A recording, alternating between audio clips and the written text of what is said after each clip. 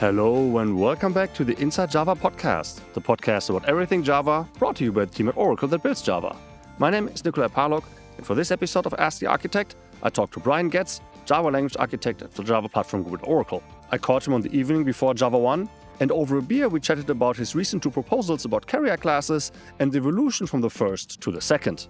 If you haven't heard about carriers yet, I recommend to check out Inside Java podcast number 47 or Inside Java newscast number 105 respectively. Brian also explained why he dislikes syntax conversations so much and what he'd prefer instead, and gave us a sneak peek at what will likely be Project Amber's next Java language feature.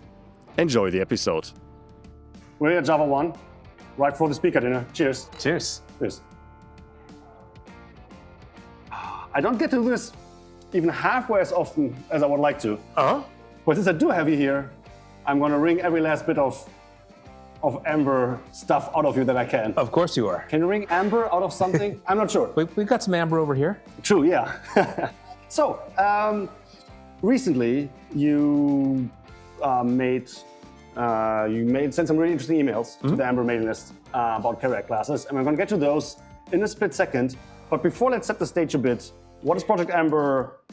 What has it done, and what's it doing right now, and why carrier classes, and what's the deal there? Yeah. So, Project Amber is sort of like the umbrella project for all of what we call the productivity-oriented language features, which is sort of everything that's smaller than, say, generics or Valhalla or some other big thing that would get its own project.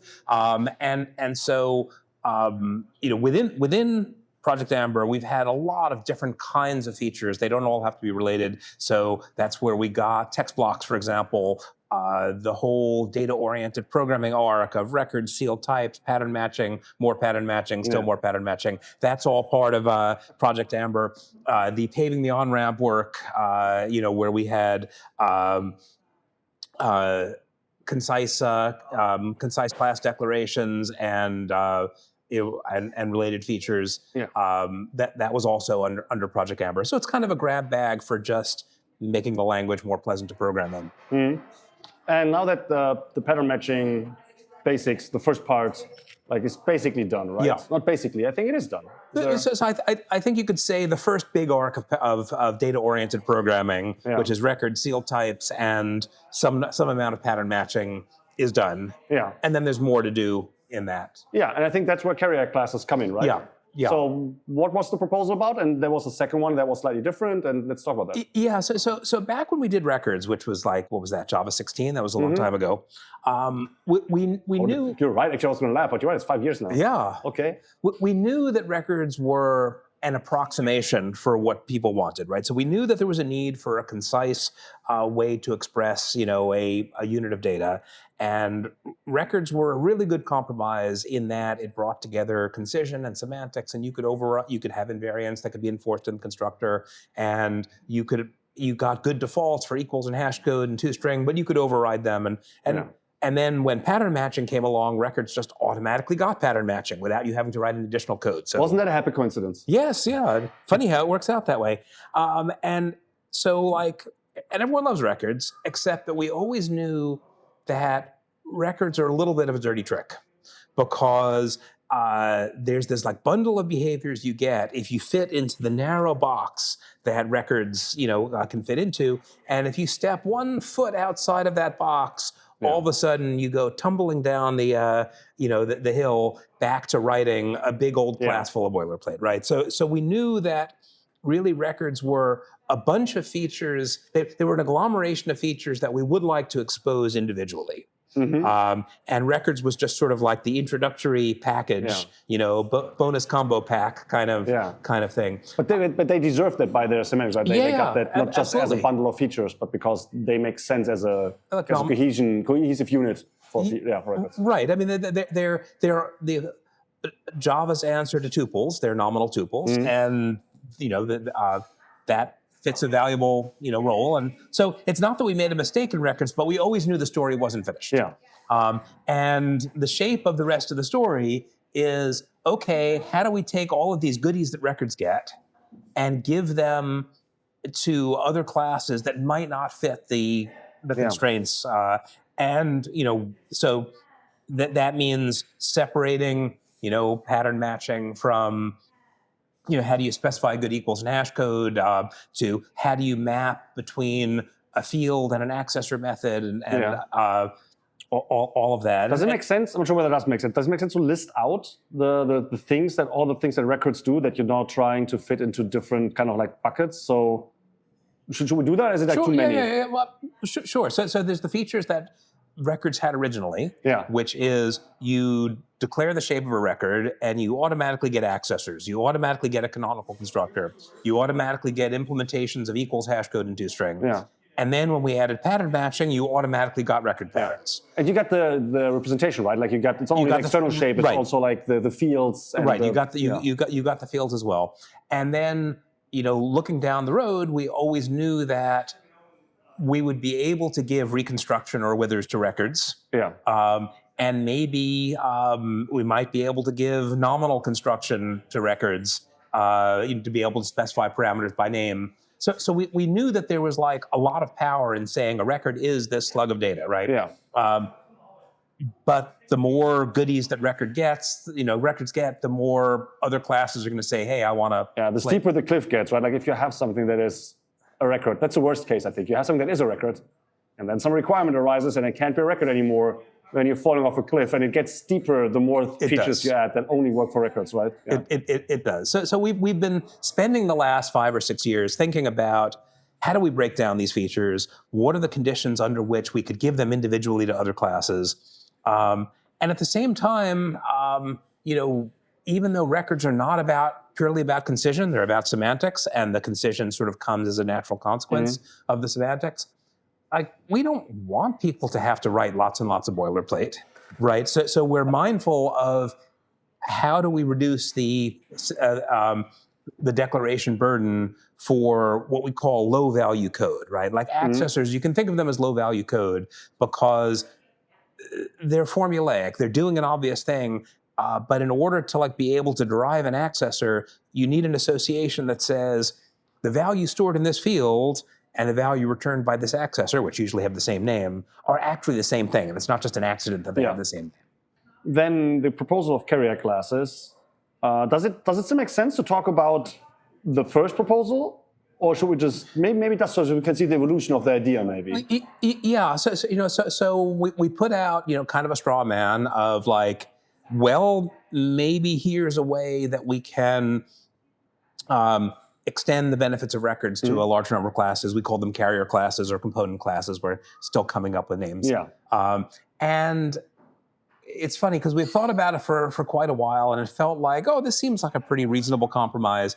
And then, we put the memo out there, and of course people were very excited to read it. And then a month later, we realized, we fell into the trap, didn't we? Yeah, but sometimes you need that, right? Like sometimes sunlight is the best disinfectant. Sometimes you're convinced of something until you hear yourself say it, and you know what? Actually, that sounds kind of dumb. Exactly, right? So and it's a good thing that we did that while it was just an idea on paper, rather than a preview JEP that we then had to say, that was dumb. Let's back away from that. So the idea was one of the ideas was, and maybe that's also the one that survived, at least in the second iteration, was this component list. So I'm going to back up a moment. What I thought was going to happen is that somehow classes will be able to just say, this is what a deconstructor looks like. Mm-hmm. So they could somehow say, this is how you can deconstruct me. And then all the classes who want to be deconstructible can declare this what looks like somehow like a constructor. I know that there were also proposals like that that were flying around. And then if you can then map that to a constructor that just has the same form, then there you go. Right. Then every class that wants to, and most classes don't actually, right? Like most things that are classes today, which are like services that are behavior driven, nobody's saying all of this should be deconstructible. Right. Only the ones that are almost records.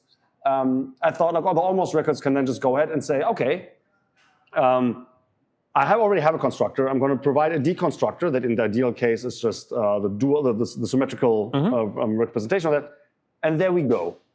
But the carrier class proposal was not doing that at all. Like it basically came up with an idea, and I'll let you present what exactly it looked like, which made unnecessary the need to be able to declare an explicit deconstruction, just like records not only cannot, but also don't have to declare one. Mm-hmm. Yeah, so in the intervening 5, 6, however many years between the time that we did records and the time that I, sent out this, this first draft, which then I immediately said, wait a second, I have a different idea. We had been exploring the idea that the way that we were going to make a class deconstructible is you were going to declare something that was like an anti-constructor, a deconstructor, and it was going to do what the constructor did in reverse. And there was a certain mathematical elegance to that. And we, looked at a number of different ways that you might express that in code, and it turned out to be less satisfying than we thought it was going to be. And in particular, I think we looked at things through the lens of symmetry with constructors, and we said, well, you can overload constructors. Of course, you should be able to overload deconstructors. Mm-hmm. And all of these degrees of freedom that constructors had, that you could convince yourself that deconstructors also could benefit from, made it actually fairly complicated. Okay. And so, when we had gone through the design exercise, and then we said sort of, well, do I really want to program in this language? We were like, not exactly sure. Yeah. And so then we started to re-examine our assumptions. And one of our assumptions was the overloading of deconstructors. And we have lists and lists of examples of what kind of classes would be deconstructible. And for every single one of them, they all had a single canonical deconstructor. Yeah. So we realized that we were trying to pay for degrees of freedom that weren't worth paying for. And when we sort of unwound all of that, we realized that we'd always been looking for every time, ever since anybody ever saw a record and they see the state description up in the record header, the first question people ask is, well, can classes have one of those too? Yeah. And then the first question I ask them when they say that to me is, okay, what would that mean? Yeah. And there are actually 6 or 7 different interpretations of what that would mean. Yeah, surely. Yeah, and two of those are readable in your emails. Yeah. And what we concluded is, and this kind of surprised me, that this is where we ended up, is that the most natural thing for that to mean is I am deconstructible into these components or properties. Because anytime you try to do more than that, like say, and I'm also constructible via that shape, you end up pulled into the gravitational field of records, and you end up reinventing something that is almost as restrictive as records. Okay. Interesting. So, because in the first carrier class proposal, that thing up there did way more. But before we get to that, because maybe now it's time to actually describe it, but I also want to say that you described a bunch of things that records have and give you, and if you could declare a deconstructor, you would get almost none of that, right? All you would get is I'm not deconstructible. And the accessors. You get the API requirement for the accessors, but you may not actually the compiler may not actually be able to declare them for you. Yeah, because deconstruction doesn't want to do anything magic, right? It wants to go through through methods, right? Okay. Yeah. Oh, interesting. So declaring a deconstructor in that old model that never made it through a proposal would be you still have to implement accessors that map to these names. Okay. You'd get that, but you wouldn't get anything in the realm of maybe equals or hash code, nothing of the kind of backing fields, or you said nominal construction, name parameters. None of that would reasonably flow from that. Not immediately. Not immediately. Right. That we would still like to provide those, but not as a bundle of things that derive from the class header, because then, like I said, you're in the reinventing an almost record, kind of feature. You're constrained by the you end up with something that's more constrained than you want. Yeah. So instead of declaring deconstructors, the proposal then says, as you said, you want to put the component list up into the class. Mm-hmm. And then, as you now just said, that basically says, I am deconstructible into all of this. But the first proposal, then let's describe that. So the syntax was, you get the component list. And then I think it forced an external contract, right? It said it forced an external contract. Yeah. Can you go into that a little bit? Yeah. It forced an external construct that says I'm deconstructible by this shape, I am constructible by this shape.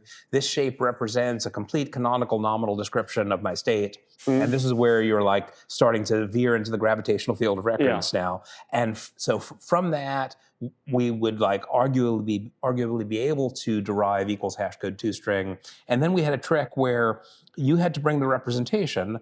And sometimes you want the representation to diverge a little bit from the external API, but a lot of the times you don't, or at least for a lot of the fields you don't. And so we had there was a modifier you could put on a field that said, this field called X, it's the same thing as the component called X. So you can do some of the wiring for the accessor and potentially for the compact constructor.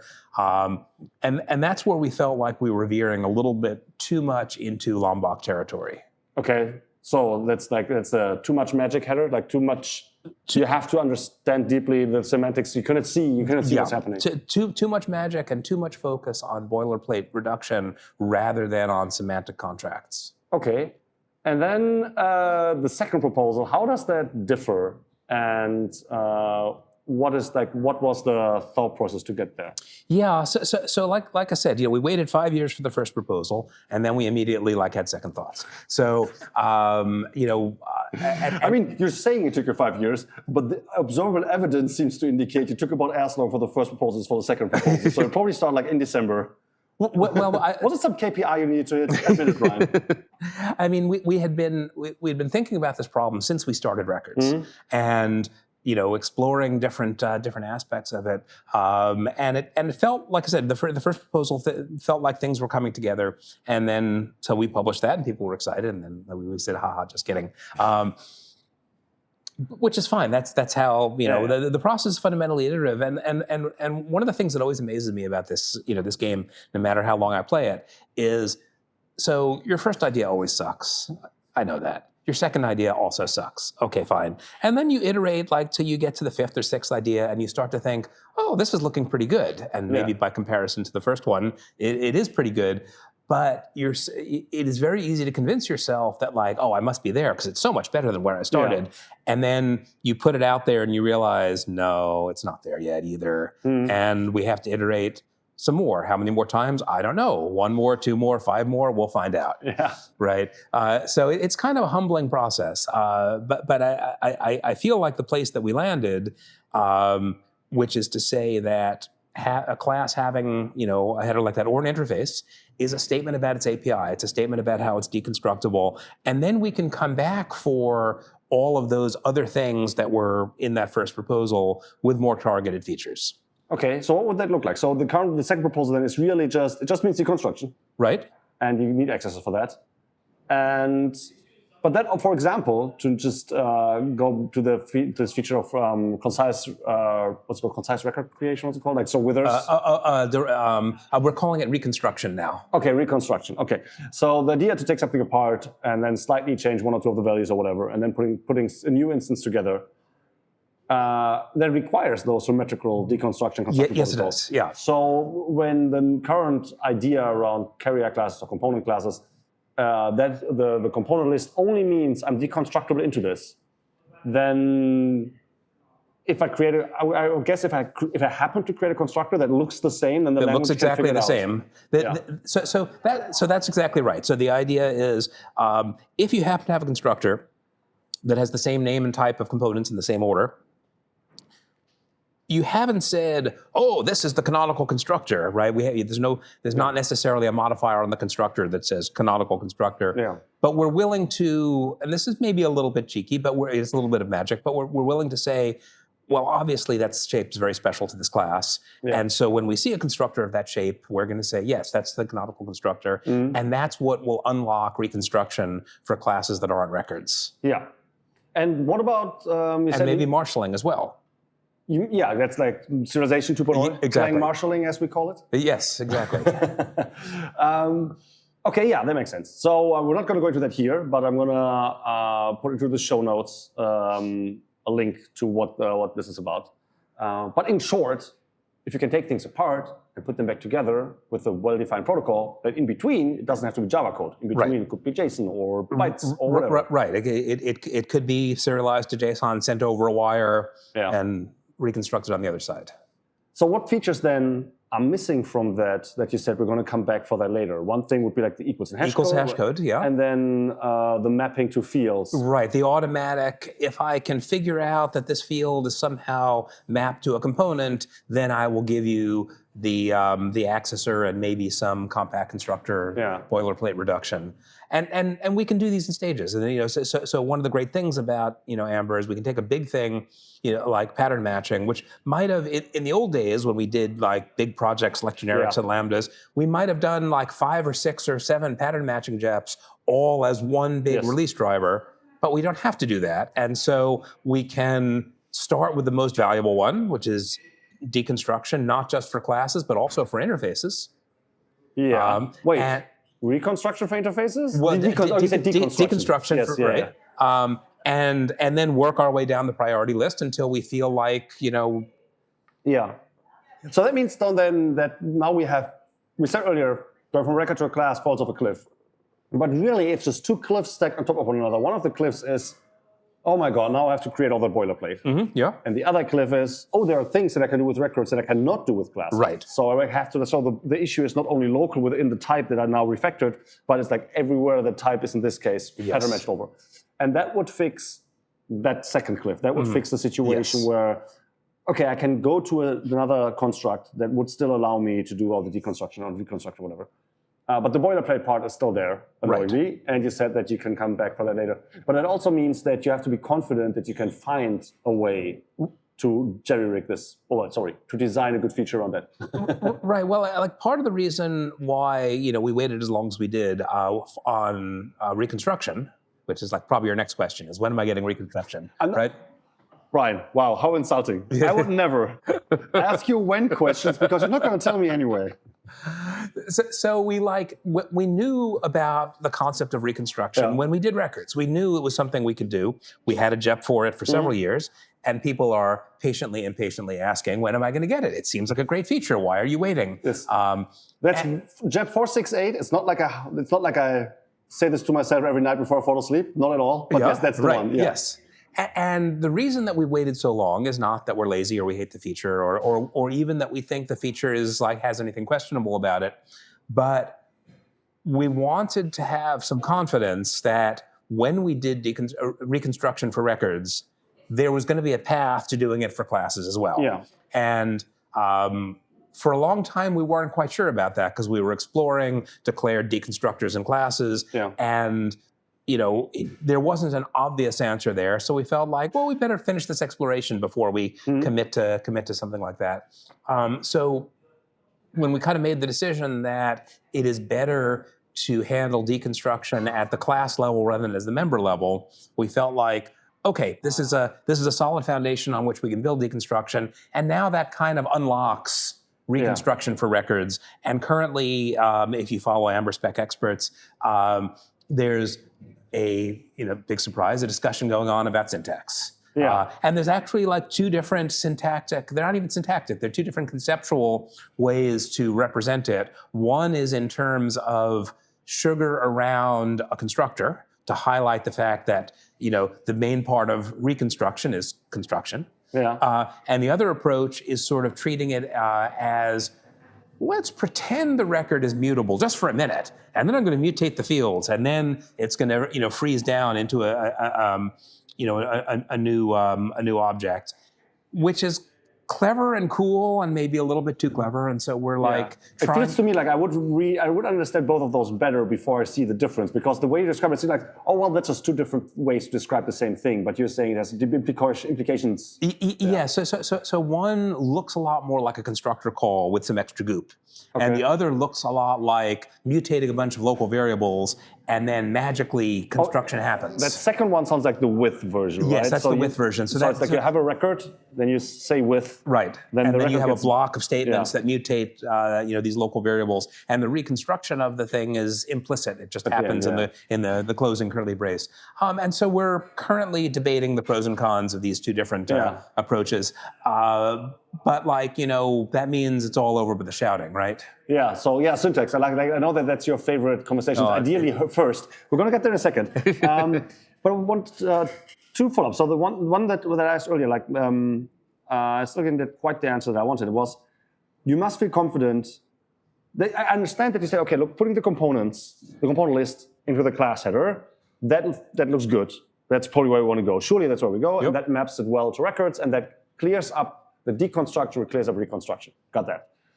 But you still don't have the mapping to fields bits. Right, yes. But you must feel confident that you will find a good solution for that, right? Because if you wouldn't find a good solution for that, then your hands would be tied. You couldn't go back to let's go back to the stronger semantic carrier class model that we initially had.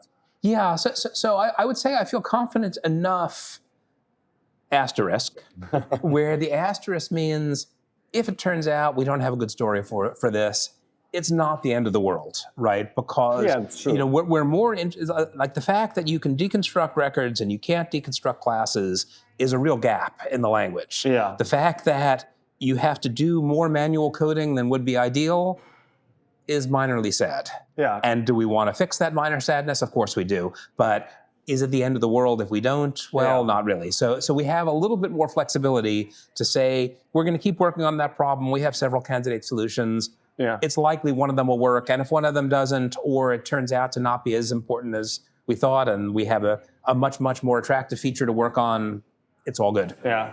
Okay, that makes sense though, because I talk about there's two cliffs, and you fix the one that is fix the deadly one. The semantic one. The semantic one, the one where I can't de and reconstruct stuff, and the annoying one. Well, in the worst case, it's going to stay. Okay, good. The other one another thing I want to ask. It's not a specific when question for a point in time, but when you does that mean that when you preview carrier or component class or whatever, would you preview reconstruction JEP 468 together with that?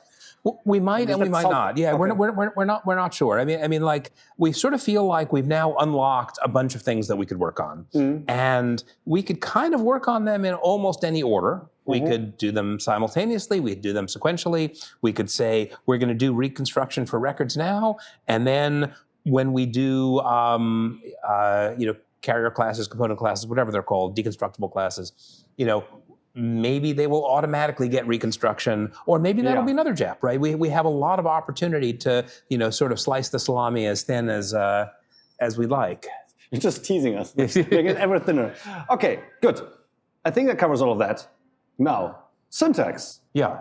So, and I know, having read enough of what you write and talked to you a bunch of times, I know how annoying that is to you, but you must also understand that as the Java developer, and even as somebody who feels like mediocrely educated over the last couple of years about how this whole language design thing works, and I get the importance of semantics and giving something good meaning, because that makes so many other things easier, but we still see syntax first and foremost, and it's hard. I'm not sure why hard for us is the fair description, but looking past syntax is at least an effort. It's an acquired ability. Yeah. So of course, discussing syntax is the obvious thing to do. It's really hard not to fall into that trap. Even I know, I have a little Brian in my head. So when I read the JEP, I'm like, and I have a syntax reaction. Right. I'm like, no. I have to sit on that. Sit on my hands. Exactly. So, but why is that though? Yeah. So no, that's a fair question.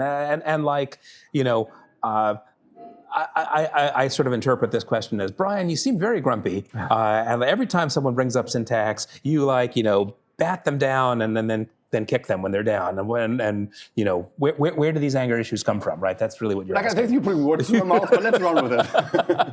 So the reality is, as you say, syntax is extremely important. We stare at syntax all the time. That's what we do as programmers. We stare at code, and the first thing that I mean, at the moment we do, but okay, let's not go there. Yeah, and so it's top of mind. And syntax is also really important for communicating to a programmer how a feature works, right? So like when we design a language feature, we design the concept, and then we want to come up with a syntax that is evocative of that concept as we've designed it for this language, not the feature that's a little bit like it in another language that's a little bit like our language, right? Yeah. So we want the syntax to be evocative. Syntax has a powerful effect on the mental models we form. And so, of course, syntax is really, really important. Syntax discussions, on the other hand, are not only usually worthless, but usually much worse than worthless.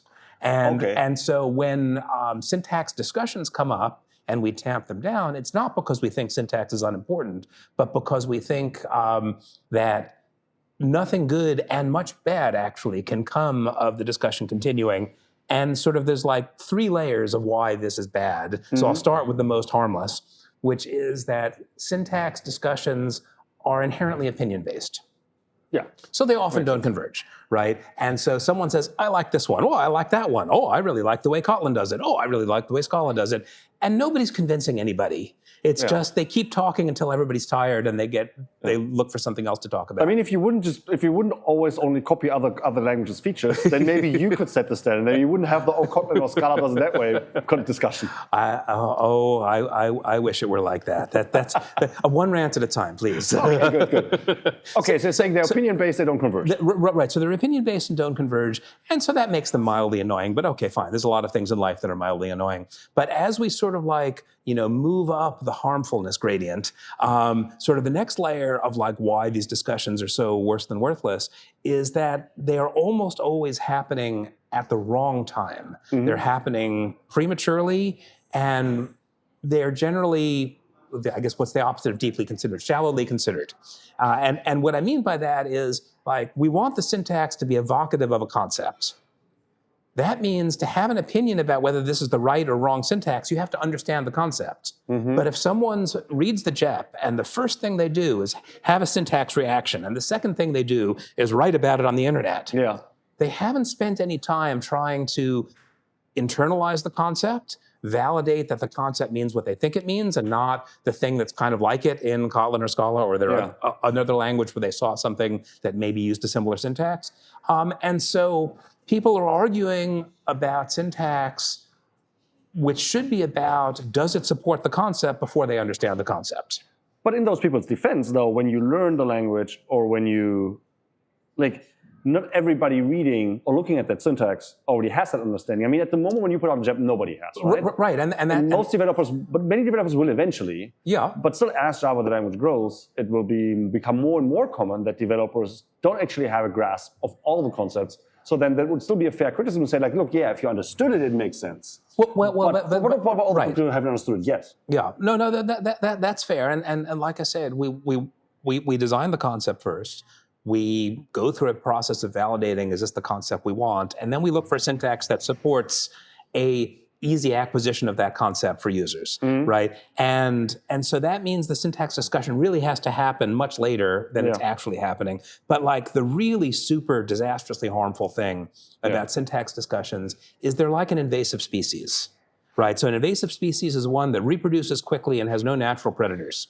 And so when you introduce an invasive species into an ecosystem, they suck up all the resources. Okay. And this happens with every discussion that like it turns to syntax, and that's the end of any kind of deeply considered reaction, which is the whole point of us putting JEP drafts out to get people's feedback, right? And so what we're looking for is deeply considered feedback where people have thought about or ideally written code with the feature and talked about what worked and what didn't work.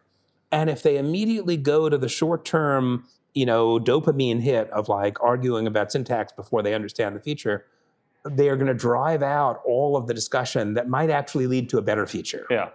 Although I want to contest the thing they don't have a predator because they seem to have at least one. Yeah. So I have to become the predator, right? So Yeah. which is not my favorite job, right? Like but Or how's it saying? Oh, you're not the hero we want, but the hero we deserve. but I do want to make room for a discussion where people can give actual considered feedback without it being drowned out by a bunch of, well, I want to spell it this way. Yeah. Although, I get all that, but I also feel that the window for which certain kind of feedback can come is also sometimes really hard to see, because I know also of discussions where it's like, oh, well, we've discussed that like a dozen times. We're not going to open that can of worms up again. Yeah. Where sometimes feels like, but when was the time when I could have given that feedback? So that's fair, and it's not the case that everybody is necessarily going to be able to give feedback at a time when it's when it would be actionable, precisely because there's 10 million people in the ecosystem, and trying to coordinate that is just impractical, right? And so, if you ask me, what kind of feedback do I actually want when we put out, whether it's a write-up like the one that we talked about, which is just a draft, or a formal JEP that we're ready to say we think this is the feature, the thing that I always want is, tell me something I don't know about this feature, right? I think I've analyzed it carefully. I've discussed it with a lot of people. I think I understand it. I think I understand the implications, but there might be something I don't know. And that is the nugget of feedback that is the most valuable thing that the community can do. And the rest of it of, I'd rather you did this, or I'd rather you worked on string templates, or I'd rather the syntax be this, is something that we have to tolerate in the hopes of somebody telling us something that we actually don't know. Yeah. So that's when I give presentations about that, I've made that staple over the last years, specifically as an answer. That's the best one. It's so structured concurrency is in its 6th preview. Yeah. When do you finalize it? Why did you and so then I start to be well, giving feedback helps. And then I try to recommend to people, the closer to a production environment you can put this into, the better. That does not mean you have to deploy it, which you could though, because preview features, if it is a preview feature, it is feasible to deploy in production, because it's not going to be buggy or absolutely it has the same level of the same standards of quality as everything else in Java, but it might change though, right? So you must be willing to rewrite it. And I'm not asking people to put it into production, even though if they want to, they can. But maybe take half a day and say, I'm going to create, structured concurrency, I think is a good example. Go through the code base and be okay, I'm going to replace every thread pool I find with structured concurrency, and let's see where that works and where it doesn't. Let me understand why and where, because it's not actually meant to replace every thread pool, and I will first learn where it doesn't, but it's not meant to be like that. But then by just doing this everywhere, I tell the audience then, the hope is that you find a place that, a niche, an edge case, something that was not obvious to people designing this, because however much effort they put in, they don't know all the code bases. They cannot go through every edge case. Yeah. Right, because we already know quite a lot about the feature by the time we've written a JEP for it, right? Yeah. But it's the last 99% of tell us something that might influence us to make the last 99%? See, one beer and I can't do math. I just mentioned structured concurrency. I think much of what you just talked about as for language features also does actually apply to APIs, where I think also, again, structured concurrency is a good example where a big chunk of all that, virtual threads maybe even more so, a big chunk of all that is just work under the covers, NVM, and whatever. And then how do the methods look that I expose this as? It's the last, the crust on top of everything else. And structured concurrencies change, and in the 5th preview, where they moved a bunch of stuff around, shows that, because I'm fairly convinced that 95% of the feature was just untouched by that. It was really just let's just move some things around at the top. You could characterize the last several previews of structured concurrency as mostly syntactic changes, right? But those syntactic changes were not necessarily inspired by which code do we think looks better, but which way of framing the feature encourages people to write correct code, to write readable code. And a lot of the challenge with structured concurrency had to do with the handling of exceptions, right? So everyone likes to focus on how does the code for the happy path look, where everything succeeds and then you get your answer. But in reality, all of the hard stuff is, especially when you're talking about concurrent code where you've spawned off multiple tasks, and some of them succeed, and some of them throw exceptions, and some of them time out. And how do you deal with all of that? The initial rounds of structured concurrency made dealing with exceptions just a little too messy, a little bit too error prone, and the changes have steadily been about making the policy mechanism, which I think is now called Joiner. It had other names in various iterations, flexible enough so that it wouldn't throw exceptions in cases where it didn't make sense to throw exceptions, but it could throw exceptions that were checked exceptions that were statically type checked in cases where you had something that could fail, and so it allowed the compiler to do better type checking.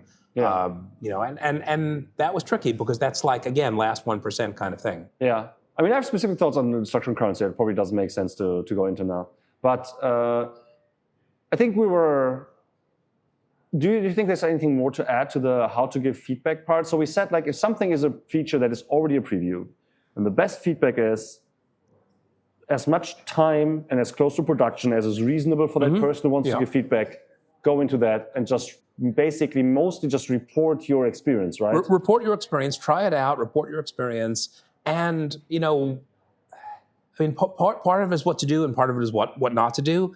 And if even half the people could sit on the temptation to read the JEP and give feedback without actually trying it, that would be helpful, because that means that a greater percentage of the feedback that makes it to the list is actually from someone who tried it out and had an actual experience with it rather than a drive-by. Yeah, but then the question is, what do I do? Let's say I read the thing about carrier classes, which there's no way that I can try this out in practice. Sure. What do you think would be a way for somebody to give feedback on that? Like, what would they do with it? So one of the underutilized forms of feedback is asking questions, right? Here's a problem that I would like to apply this, feature to, but I can't see how I would apply it. Oh. How would you do this? Do you envision that this feature is applicable to this situation or not? That's useful. That's useful feedback, because it's saying, here's a problem that I, as the user, am having, that I'm hopeful that this feature is going to help me with. And we may look at it and say, oh yeah, you want a different feature. Yeah. But we might say, oh yeah, we would like this feature to be applicable in that situation, and let me try to. Oh, that sucks. I don't like that code. Now I've done your work for you. It's great. But also you've gotten me to think about a situation where we hadn't thought of, and that's the whole point of feedback, is to tell us things we don't know. And one of the best ways to do that is to ask good questions about how would it apply in this situation? Could it be applied in that situation? What would happen in this situation? Mm-hmm. Okay, interesting. Yeah, I never thought about that. Okay, ask questions. Just like, what is close to that feature, or what problem do you have that seems related to the problems that this feature addresses? Yes. And what about those problems? Okay, so beer's empty. Time's up. But before I let you go, do you have a nugget for us? What Amber is doing besides the whole carrier classes record thing? Something interesting that you have cooking? So you don't want me to tease you with string templates now, right? Because the time's up and the beer's up, and so. Also, I know the string template story. Somebody's working on it. We're going to get around to it. Okay, here's my answer to string templates. There's lots of ideas. They still need to converge. Yeah. Time is being invested. Someone's going to say something. That's something we don't know already. I would say the next JEP that is likely to show up as here's a JEP that we're ready to preview is what we're calling enhanced local variable declarations. You might call it imperative pattern matching, where so pattern matching right now can only be done in a conditional context. You can do it in if instance of, or you could do it in a switch. And these all anticipate that maybe the pattern doesn't match. And if all you want to do is take apart a record into its components, well, you know that pattern matches. And you feel a little silly having to say if instance of this record pattern. And it's not only silly, if the code that I write that in needs to yield a value, then I need an else branch. You need an else branch, what would that one and do? that else branch is worthless. And someone who's reading the code sees this conditional and might reasonably think, oh, this might not be true. But you want to be able to say, no, I promise you it is true, and you want the compiler to be able to type check that. Yes. So, so what we've done, and this is actually very, very cool, is we explored like 14 different syntaxes for this. We even prototyped like 4 or 5 of them.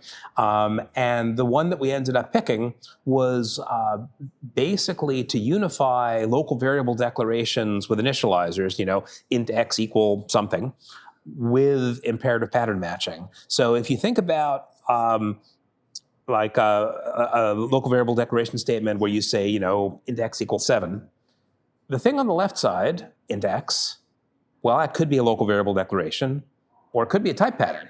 Yeah. And it turns out that if we jigger things correctly, it doesn't matter which way you think of it as, because the semantics will come out the same. And so we leaned into that and allow you to put a pattern, any exhaustive pattern, on the left-hand side, and maybe it's a record pattern that has 5 sub-patterns, which are each type patterns or var patterns or whatever. And we're calling that enhanced local variable declaration, but like I said, you can call it imperative pattern match. And the cool thing is, you can view that as a generalization of the old local variable declaration statement.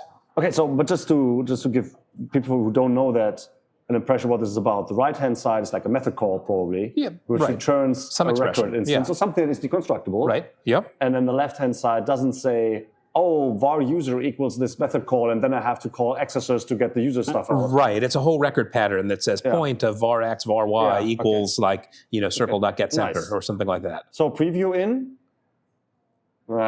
Coming soon. For people who didn't see, he shrugged. Apologetically, I want to add. Okay, I'm going to give you some feedback on that based on my own pattern matching, which is sometimes you say later, we were so happy about this, that felt so clever. Yeah. And then we realized it's not. That was like we got blinded by the cleverness of it. Could happen. That's what could happen. Just saying. But other than that, it sounds really good. I'm really looking forward to that. Yeah. Thank you for taking the time, Brian. Yeah. Thank you. We're gonna get another one of these, I guess. And then have a good JavaOne. Cool. You too. Cheers. Cheers.